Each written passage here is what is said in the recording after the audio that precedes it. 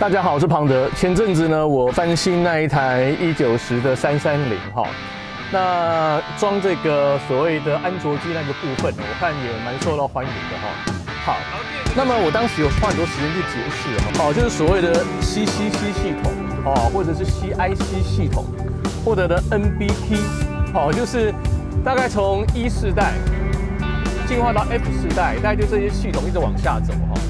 那么像这个以190来讲哈，它就是从早期的 CCC 系统 ，OK， 那么就是导航也不能用哦，然后也没有蓝牙音乐啊 ，OK， 那么到 CIC 系统之后，像比如说今天这一台哈，这还是09年的192 N3， 它这个叫 CIC 系统，它这个转的这个飞梭哦，长得已经不一样，上面多了一些其他的按钮哦，而不像早期 CCC 呢，就只有 menu 键，甚至没有哈。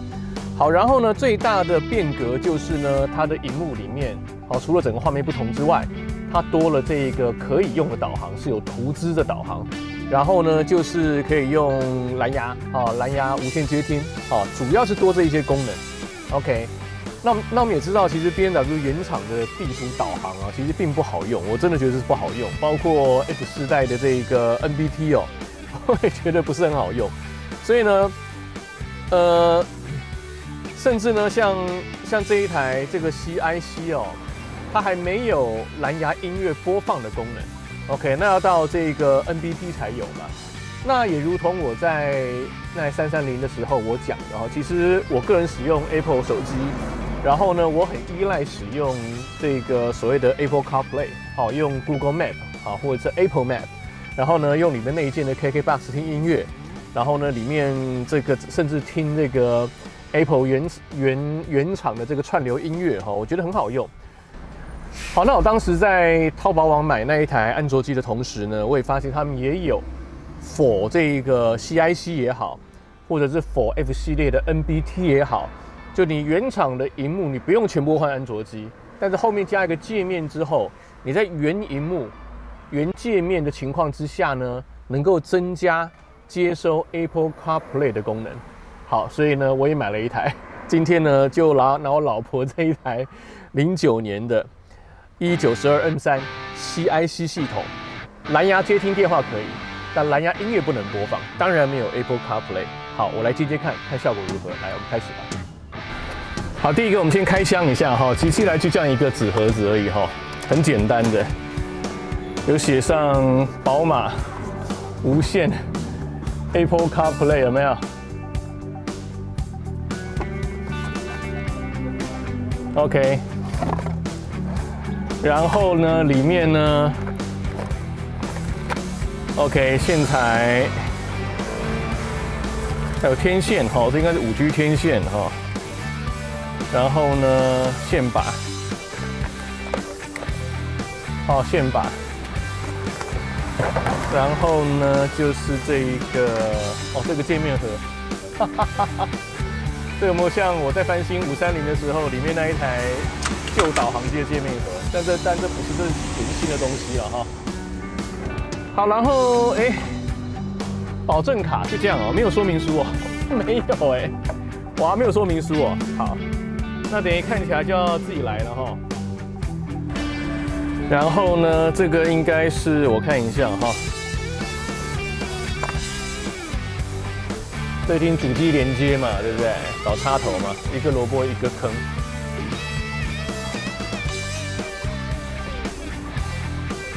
好，那它的 power 是来自哪里呢？我想照我的经验哈，这些大陆做的这些机器通常就是它做跟原厂的这个插头一样，就 plug in， 哦，本来的插头的接它，然后经过它再接到原厂主机，我想应该是一样的脉络。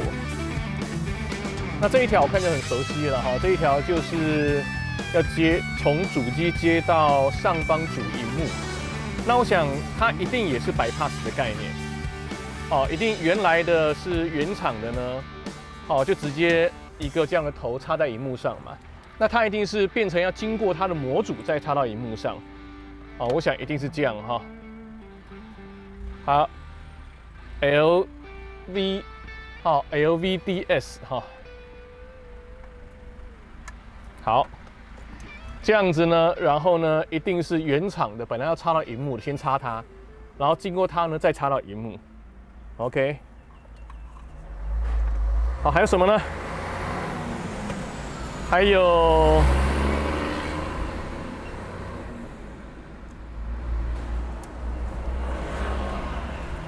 还有一条 USB 线哈，好 USB， 好一样，插头一个插一个。OK， 表示呢，它这个 Apple CarPlay 机器呢，可能还增加 USB 播放功能呢。那虽然 CIC 本来就有内建磁碟了哈，好像多个功能吧。好，到目前为止，我认为已经差不多了。好，还有一个这个 3.5mm 的头哈。 这应该是接麦克风吧，不过我看主机上目前我没有看到麦克风，在线把上吧。果然哈，有这个 mic 好麦克风和 AUX in 哈。这个呢，哦，这有一个麦克风 ，OK。那当然，这麦克风需不需要？我觉得试试看吧，因为其实这个 CIC 系统哈，我刚才讲它原厂原车就已经有。 无线手机的这个接听，那还需不需要这个麦克风？还是因为说它用了这个 Apple CarPlay 之后有这个 Sirius 嘛，所以可能需要麦克风？我认为可能是这样。好，所以大致上，哦，我觉得接线应该已经清楚了哈。好，那我们就先来拆机子吧。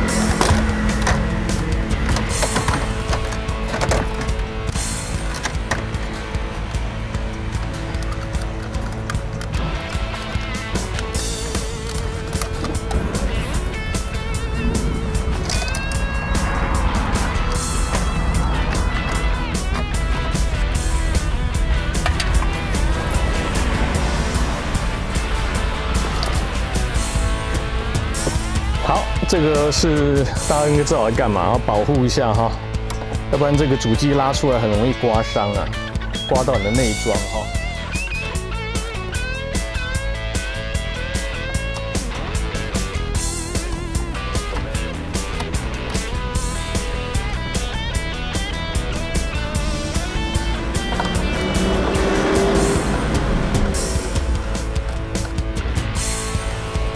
好，这音响这样就拉出来了哈。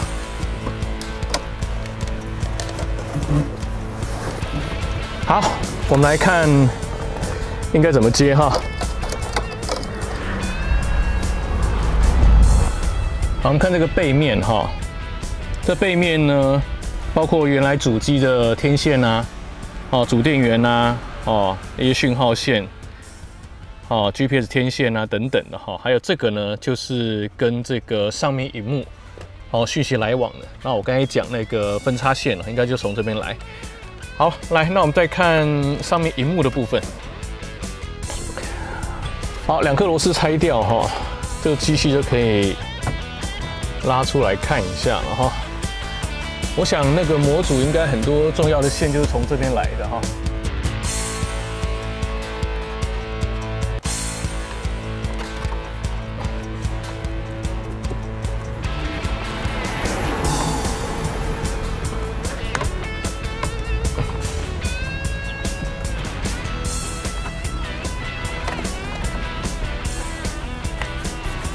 好，这样很清楚了哈。这萤幕的背后呢，其实就这萤幕的背后呢，就这3条线 ，OK， 或讲2个插头啦。哦，所以可以看得很清楚了哈。刚才主机后面要过来这一条哈粉红色的或者橘色这一头呢，一定就要 bypass。好，这样继续往上抬哈。这个呢，用力。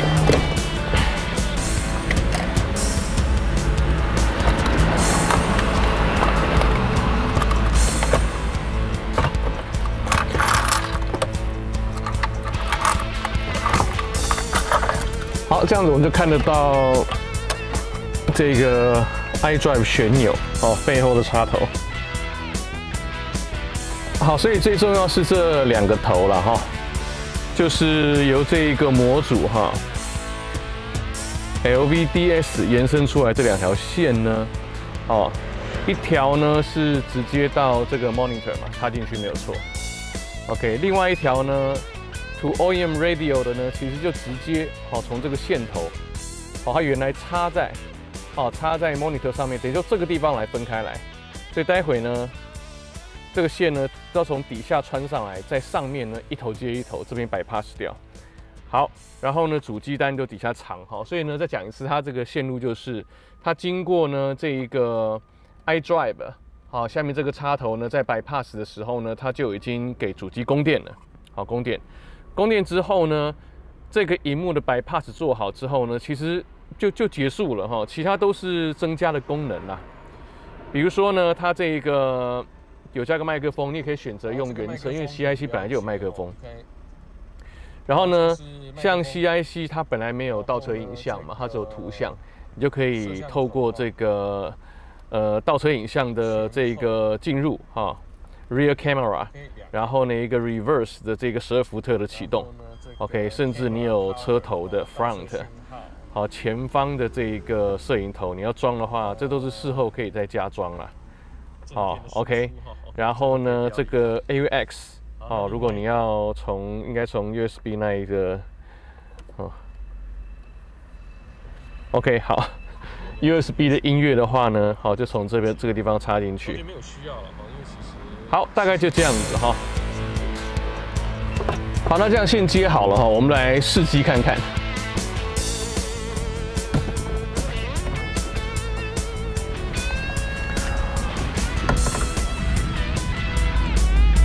好，这个原来画面还在哈。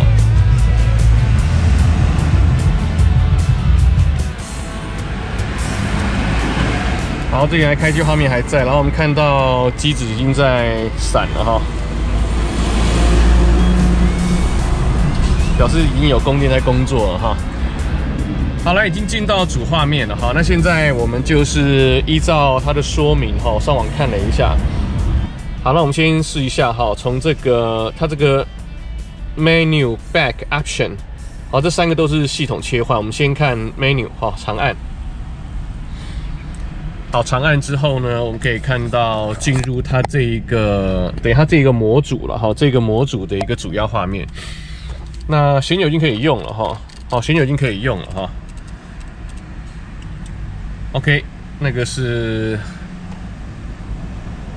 回到原车哈，上面这个是回到原车哈，然后现在下面转到我们选的 iOS 嘛。OK， 好。好，这走线我们也看一下哈。好，这个是最重要的嘛哈，从这边bypass之后呢，电源就进来了。那它这个大排线这是预留的哈，这不管它。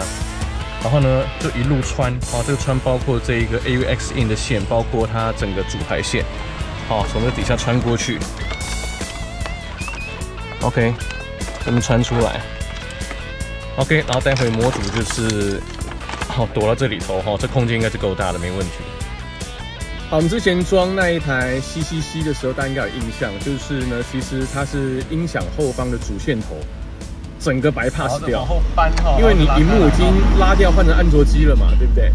但是呢，这台 CIC 的做法是萤幕没动，只是呢原厂主机要到萤幕的中间这个线的地方把它bypass掉，经过这个模组。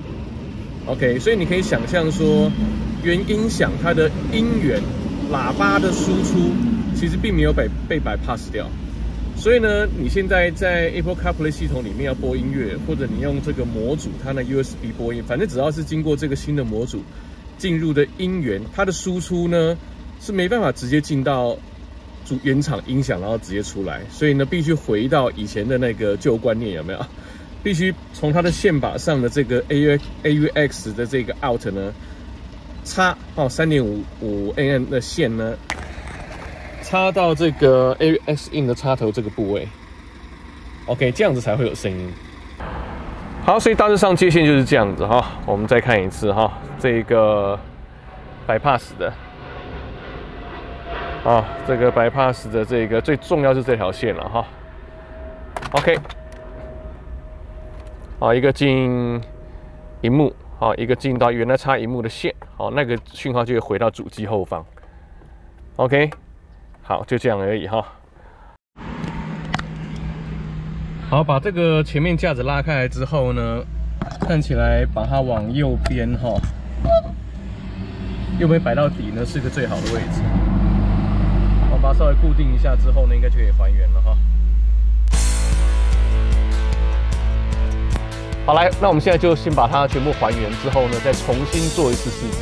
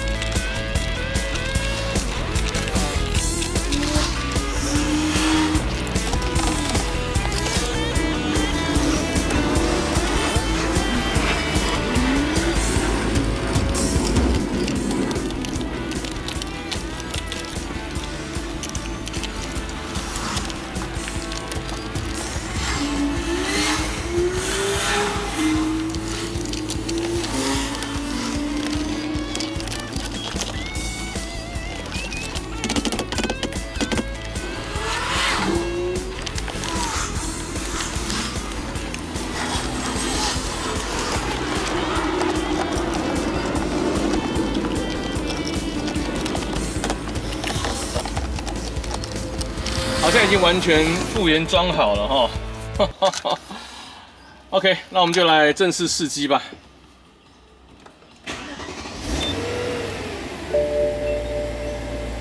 正常画面先出来哈。好，现在是首先看正常原来的画面，都没问题哈。哇，已经直接就进来 Apple CarPlay 了哈。来，没关系，我把它按回去。好，这个是进到它模组的设定系统哈。OK，Option 是外接镜头的画面。这等于是 Front View、Rear View 了哈，事后可以再弄。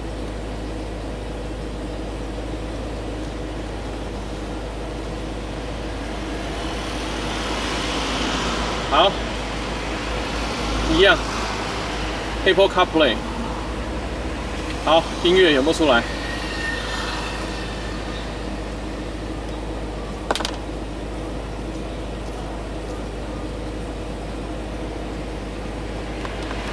好，没有声音哈，没关系。来，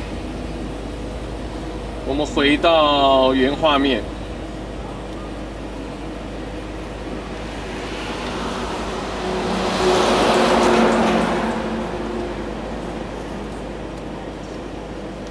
选择外部播放。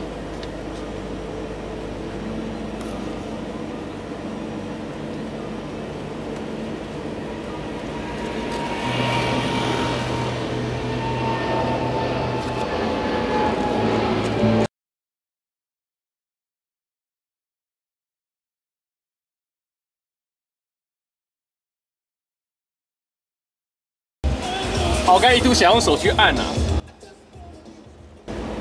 它这个不要忘记，它不是整台安卓机，它是一个外部介入的模组，所以你这台是原厂萤幕，当然是没有触控，所以完全要靠这个 iDrive 哈去做操控。好，这个是 Google Map，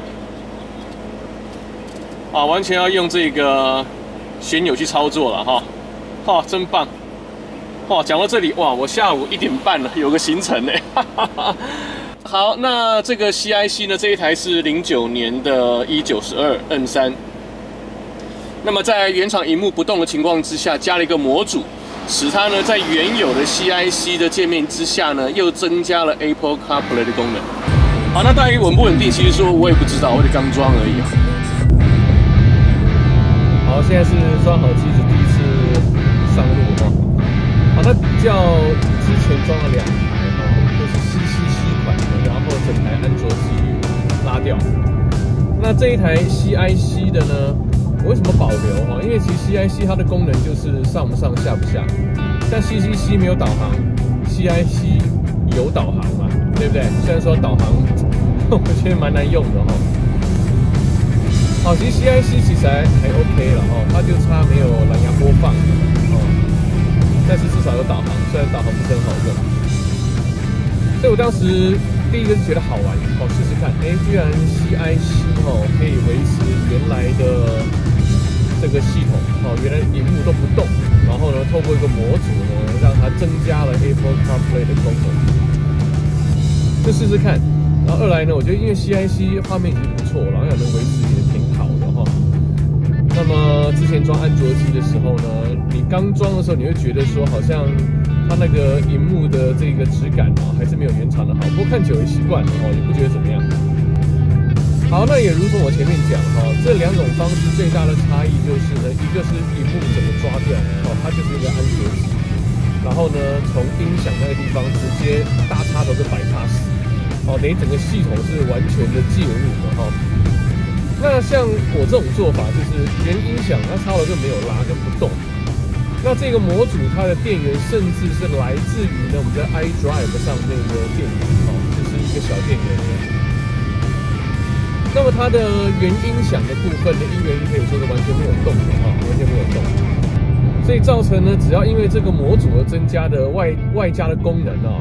比如说 Apple CarPlay 啊，或者是 USB 音源的这个聆听啊，它的声音它是没有办法直接透过这个原音响设定 AUX in 就输出，不行，不行，你必须呢还是要在线拔里面从模组的线拔里面拉出一个 AUX in 的 3.5mm 的插头，插到你这一台车原厂的 AUX in。哦，当然你也是必须在 CIC 的部分选 AUX in 了哈。但是呢，这一来一往，你想就知道这个讯号一定比较不好，而且重点是，实际上在聆听的时候，很明显的，虽然说我这一台92M3呢已经是原厂的所谓的 Hi-Fi Stereo 了哈，但是呢，透过了这个 AUX in 这个插头这样插进去的哈。但我不能全部怪罪是这个插头啦，它模组本身的音源品质也有关系。重点就是音效显然是不行的，音效显然是不好的。所以呢，如果说我透过 Apple CarPlay 去听它的这个 Apple 内建的那个广播的话，那音效是不行的，我认为是不及格的，我认为是不及格的。所以你还是乖乖的听原来的，原来你原车音响的。不管是 hard disk 啊、收音机啊、CD 啊等等的，然后呢，你只要只用这个 Apple CarPlay 的画面，我想这样是比较好的。而之前的我那2台 CCC 直接改成安卓机的音效非常的好，音效非常的好。那也是一样，到底是因为它不用外接插头来 plug in？还是说呢，它安卓机本身的音源比较好，这个我也不得而知。但是呢，确定的是2台，包括那台190，包括那160，都装了同一台、同家工厂做的安卓机呢，它是直接是这个bypass掉电源那个音响主插头的哦，不用在外接插头 AUX 哦，音效都非常好，而且我甚至认为这个比原来的音响更好，尤其190那一台哦，我觉得很好。所以我的结论就是说，如果你今天是开190的啊160的，不管你是 CCC， 你是 CIC， 我都建议了哦，还是直接整台安卓机换掉，整台换掉哦。我觉得操作方式其实一样哦，但是呢，至少在音效的部分呢，我觉得有天然之别。OK， 好，这边跟各位分享。好，那我的160呢？已经分开4集之后呢，最近就停留在使用了，因为我的一些包括那个测试的避震器啊、特定的底盘件啊，都还在我们中部的工厂还在 working 当中，也请大家一起期待。我是房德，希望你喜欢我的影片，下回见喽，拜拜。